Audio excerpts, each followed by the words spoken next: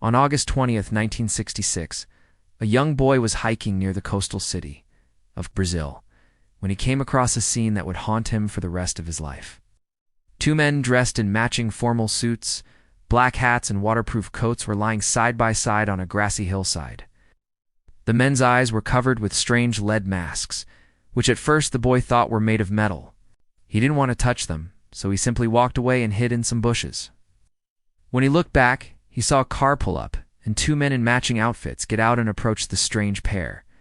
They began to dig a hole and bury something, then drove off. The boy, overcome with curiosity, left his hiding place and approached the newly dug grave. There he noticed a small notebook lying around in the grass. Inside was a list of instructions written in a foreign language. Later it would be translated as saying, "Be at the location. Take capsules after the meal. Protect metals. Wait for the signal." What signal? What location? What meal? And why were these men buried in a shallow grave with lead masks covering their eyes? The police were called, and soon the area was swarming with investigators and reporters. But despite the best efforts of everyone involved, the mystery only grew. There were no signs of violence or struggle, no indication of who the men were or why they were buried there.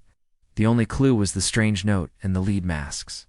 The men's bodies were taken away for autopsies, but these failed to provide any answers. They were both around 40 years old, about 5 feet 8 inches tall, and had been dead for several days. They appeared to have died of starvation and exposure, but there was no indication of how long they'd been at the location. The story made international headlines, but as time passed, the media attention moved on to other stories, and the case went cold. There are many theories about what happened to the men. Some believe they were scientists from the nearby city of Rio de Janeiro, who, along with others, had been experimenting with ways to make contact with beings from another world.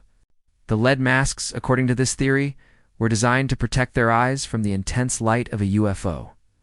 Others believe the men were the victims of a deadly scam, perhaps part of a secret society or cult. Still others believe they were part of a secret government experiment that went horribly wrong. But without any evidence to support any of these theories, we may never know the truth.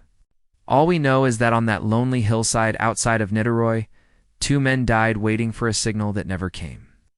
If you like this kind of creepy stuff, stay tuned for more.